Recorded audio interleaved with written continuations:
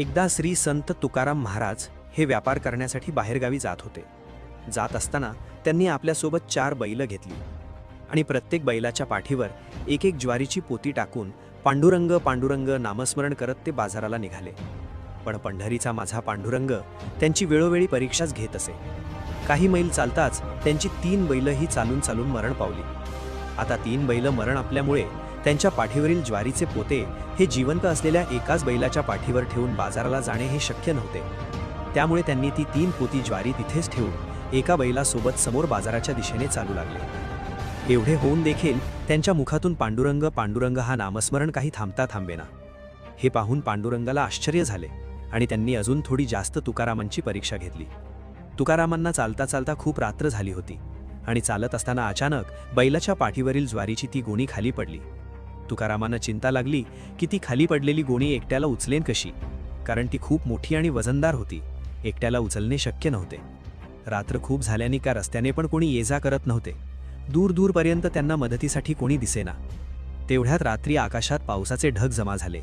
जोराने वारे वाहू लागले, विजा कडकडू लागल्या, पालापाचोळ्या धुळीचे कण डोळ्यात जाऊ लागले, हिस्त्र पशुपक्षी पळू लागले आणि तेवढ्यात खूप भयानक असा मुसळधार पाऊस सुरू झाला. खूप भयानक असे वातावरण तयार झाले होते.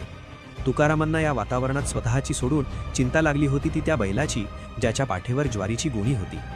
त्यांनी पांडुरंगाला प्रार्थना केली, हे पांडुरंगा, या बैलाला सुखरूप इथून घेऊन जाण्यास मदत करा, त्याचा जीव वाचवा. अशी प्रार्थना करून झालं की ते समोर चालू लागली. पण चालणे हे शक्य नव्हते, कारण खूप अंधार आणि भयावह वातावरण निर्माण झाले होते.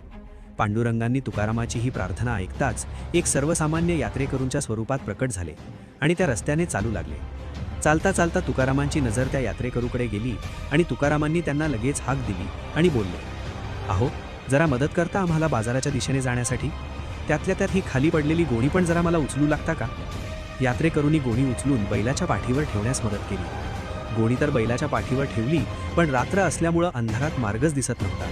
तेवढ्यात यात्रेकरू म्हणाले, माझ्या पाठोपाठ या, हा रस्ता माझा रोजचा आहे. अंधार जरी असला तरी मला रस्ता अचूक माहिती आहे.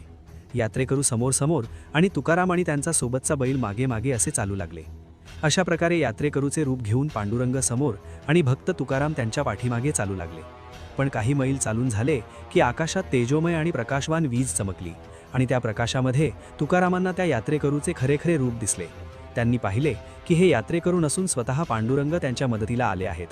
हे पाहून तुकारामांच्या डोळ्यातून आनंदाश्रू वाहू लागले. आपल्या आयुष्यात कितीही मोठी समस्या आली, अडचण आली असेल, पण मुखात जर पांडुरंगाचे नामस्मरण असेल तरी देव नेहमीच आपल्या मदतीला कोणत्या तरी रूपात धावत येतो, हे मात्र नक्की.